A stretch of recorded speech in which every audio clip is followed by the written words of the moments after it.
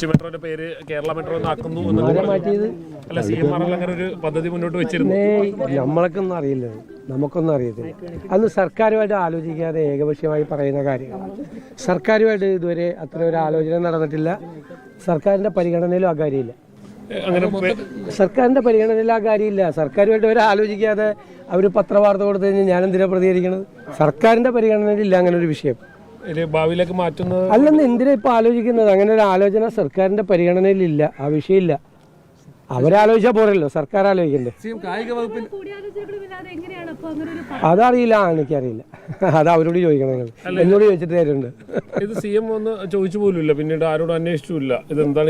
ഞാൻ ഇന്ന് രാവിലെ പത്രവാർത്ത കണ്ടിട്ടാണ് അറിയുന്നത്. അങ്ങനെയല്ലല്ലോ അറിയേണ്ടത്. CM പോലും അറിയാതെ അല്ല, ആര് സർക്കാർ അറിഞ്ഞിട്ടില്ല ഈ കാര്യം. സർക്കാർ അറിയാതെ അവർക്ക് അവർ തന്നെ ആലോചിച്ച് കഴിഞ്ഞാൽ ഞങ്ങൾ എന്ത് ചെയ്യാൻ പറ്റും? ഞങ്ങൾ അതിൻ്റെ അത് പ്രതികരിക്കേണ്ട ആവശ്യമില്ല.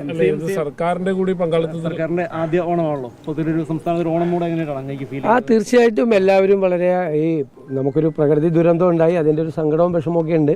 എങ്കിലും എല്ലാ സങ്കടങ്ങളും മറന്ന് ഓണത്തിൻ്റെ ആഘോഷങ്ങളിൽ ആളുകൾ ഒത്തുകൂടാൻ വേണ്ടിയിട്ട് ശ്രമിക്കുകയാണ്. അപ്പോൾ അത് സർക്കാരും വളരെ ശ്രദ്ധയോടുകൂടി അതിൻ്റെ കൂടെ ഉണ്ടെന്ന് നിങ്ങൾക്കറിയാമല്ലോ. വളരെ ശ്രദ്ധയോടുകൂടി ഇത്രയും വലിയ ഒരു ധനപ്രതിസന്ധിയിലൂടെ കടന്നു പോവുകയും ഓണത്തിനൊരു ക്ഷീണവും ഏൽപ്പിക്കാതെ അതിൻ്റെ കൂടെ നിൽക്കാൻ വേണ്ടിയിട്ടുള്ള, ജനങ്ങളുടെ കൂടെ നിൽക്കാൻ വേണ്ടിയിട്ടുള്ള സർക്കാരിൻ്റെ പരമാവധി ശ്രമമാണ് നടത്തിയിരിക്കുന്നത്. ഒരു കാലത്തും ഇല്ലാത്ത തരത്തിൽ സർക്കാർ കൂടെ ഉണ്ട് ഓണാഘോഷം. തീർച്ചയായിട്ടും അതെല്ലാം ചെയ്തുകൊണ്ടിരിക്കുകയല്ല. അതിൻ്റെ പ്രോസസ്സ് നേരത്തെയാണ് കൊടുക്കുന്നത്. അതായത് 25-ാം തീയതി കഴിഞ്ഞതിന് ശേഷം അടുത്ത മാസം 1-ാം തീയതിക്ക് കൊടുക്കേണ്ട പെൻഷൻ ഈ മാസം നേരത്തെ കൊടുത്തു തുടങ്ങുകയാണ്. ഓണം ആയതുകൊണ്ട് മനസ്സിലായില്ലേ? നേരത്തെ കൊടുക്കുകയാണ്. അത് വൈകിയെന്ന് പറയല്ലേ? EDയുമായി ബന്ധപ്പെട്ടുകൊണ്ട് ഈ വീണയ്ക്കെതിരെ കൂടുതൽ അന്വേഷണം വരുന്നു. CMന്റെ ശ്രദ്ധയിൽ അത് പെട്ടിരുന്നോ? ഞങ്ങളിങ്ങനെ നിങ്ങൾക്കൊക്കെ വാർത്തയൊക്കെ തരുന്നതുകൊണ്ട് നമ്മളും വായിക്കാറുണ്ട്. ആ വാർത്തയും വായിച്ചു. അവര് പ്രതികരിക്കട്ടെ, ബന്ധപ്പെട്ട ആളുകൾ പ്രതികരിക്കട്ടെ. ഞങ്ങളൊന്നും മുന്നോട്ട് വയ്ക്കുന്നില്ല. അവര് പ്രതികരിക്കട്ടെ തന്നെ, പ്രതികരിക്കട്ടെ. ഒരു അന്വേഷണം നടക്കുകയല്ലേ. ഞാൻ ആ അന്വേഷണത്തിന്റെ ഇടയിൽ കയറി മുഖ്യമന്ത്രി എന്നുള്ള നിലയിൽ അതിനെക്കുറിച്ചൊരു കമന്റ് പറയുന്നതിൽ ഒരു അനൗചിത്യമുണ്ട്. പിന്നെ ആളുകൾ കാണുന്നുണ്ടല്ലോ, എല്ലാവരും കാണുന്നുണ്ടല്ലോ. അവർ പറയുന്നതും അവരുടെ പ്രവൃത്തിയും തമ്മിലുള്ള വ്യത്യാസം ആളുകൾ തിരിച്ചറിയുന്നുണ്ടല്ലോ. അതറിയട്ടെ. ഞാനൊരു അന്വേഷണം, ഒരു ഏജൻസി, കേന്ദ്ര ഏജൻസി അന്വേഷണം നടത്തുന്നതിൻ്റെ ഇടയിൽ ഞാൻ ഈ സ്ഥാനത്തിരുന്നുകൊണ്ട് ഞാൻ അതിനെക്കുറിച്ചൊരു കമൻറ്റ് പറയുന്നതിൽ ഒരു അനൗചിത്യമുണ്ട്. ഇത് ശരിയല്ല.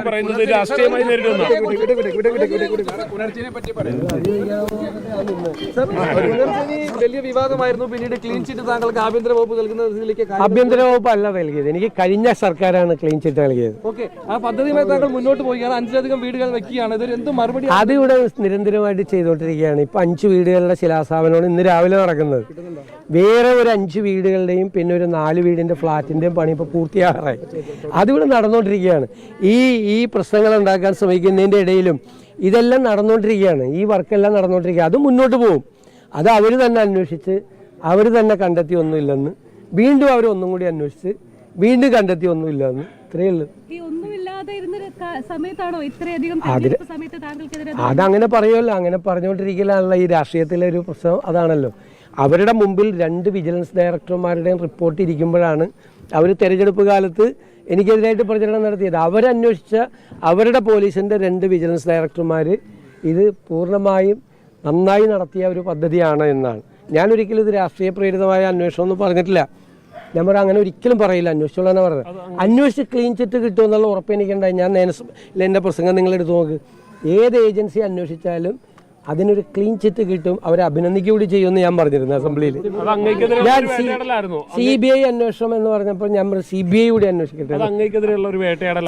ഞാൻ എന്തിനാ അങ്ങനെയൊക്കെ കമന്റ് പറയുന്നത്? ഇതെല്ലാം നിങ്ങളെല്ലാം കണ്ടുകൊണ്ടിരിക്കുകയല്ലേ. അതിലൊന്നും വരില്ല എന്നറിയാലോ.